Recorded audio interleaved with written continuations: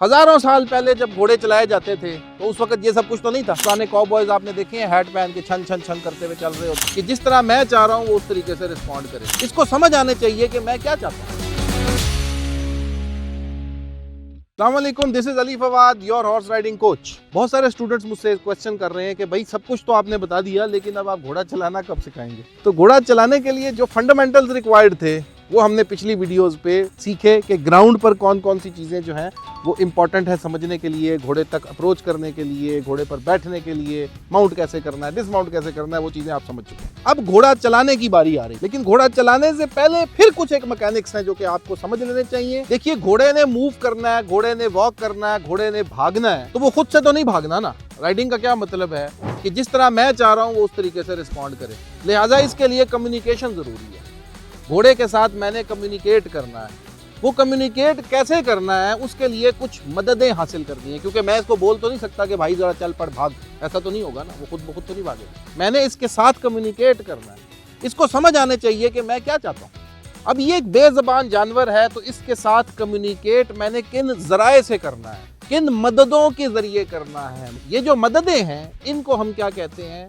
Ads. वो मददें जो हम इख्तियार करते हैं घोड़े के साथ कम्युनिकेट करने में, उनको हम कहते हैं aids to communicate with the horse. Artificial aids, natural aids, कुदरती मददें और मसनूई मददें। तो कुदरती मददें या कुदरती जराए जिनसे हम कम्युनिकेट करते हैं, हजारों साल पहले जब घोड़े चलाए जाते थे तो उस वक्त ये सब कुछ तो नहीं था। खाली पीठ पर घोड़ा बंदा बैठता था, कम्युनिकेट करता था घोड़े के साथ। घोड़े को उस वक्त भी जो है सवारी के लिए इस्तेमाल किया जाता था। तो आप खुद दिमाग लगाएं कि वो कौन से जराए होंगे, वो कौन से मेथड होंगे जिसके जरिए वो कम्युनिकेट करता होगा। नेचुरली हैंड्स, वॉइस, लेग्स, मेरा वजन, वो मददें जो कुदरती हैं, उन मददों को हम कहते हैं नेचुरल एड्स या कुदरती मददें। आर्टिफिशियल मददें कौन सी हैं? विप जो है वो भी आर्टिफिशियल एड है। घोड़े के साथ कम्युनिकेट करने के लिए बाज़ औक़ात स्पर्स इस्तेमाल करती हैं। वो पुराने कॉबॉयज आपने देखे, नीचे पाँव में ठक ठक आवाज आ रही होती है। वो जो लोहे के व्हील्स होते हैं या बाज़ औक़ात कांटे से होते हैं, वो भी कम्युनिकेट करने के लिए इस्तेमाल होते हैं। Again I don't recommend it,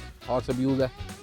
हाँ, सही तरीके से इस्तेमाल किए जा सकते हैं, but there are some certain rules for it. मेरे हिसाब से एक स्कूल ऑफ थॉट है कि ये जो सब कुछ ऊपर लगा हुआ है ना, सैडल है मुझे बैलेंस करने के लिए, रुकाबों में मैंने पैर डाले हुए हैं जिसकी वजह से मैं को कम्युनिकेट कर रहा हूँ, हाथों का कम्युनिकेशन मुंह के साथ थ्रू रेन्स हैं, वो स्कूल ऑफ थॉट ये कहता है कि ये भी आर्टिफिशियल एड्स हैं। क्योंकि हज़ारों साल पहले लोग इनका इस्तेमाल तो नहीं करते थे। कैसे करते थे वो खुद ही आप देखें। वो एक बड़ी इंपॉर्टेंट वो कार्टून है स्पिरिट, उसमें क्या हो, वो हल्का सा यूं करता है तो घोड़ा भागने लग जाता है, हल्का सा यूं करता है घोड़ा रुक जाता है। तो ये कैसे मुमकिन, ये कैसे होता है? नेचुरल एड्स की वजह से। तो अभी आपने कुदरती मददें और आर्टिफिशियल एड्स यानी मसनूई मददों का समझा है। अब हम इसका इस्तेमाल समझेंगे नेक्स्ट वीडियोस को। Please stay tuned.